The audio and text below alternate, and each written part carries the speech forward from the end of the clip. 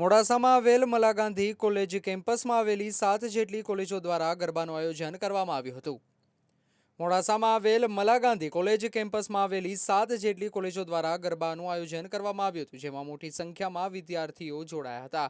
સમગ્ર 7 કોલેજના પ્રિન્સિપાલો, અધ્યાપકો પણ ગરબાના તાલે ઝૂમ્યા હતા।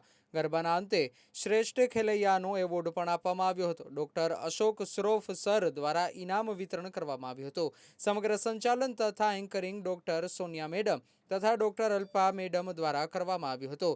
અંતે લો કોલેજના પ્રિન્સિપાલ ડોક્ટર રાજેશ સર વ્યાસ દ્વારા આભાર વિધિ કરવામાં આવી હતી। રિપોર્ટર જય દાણી, મોડાસા।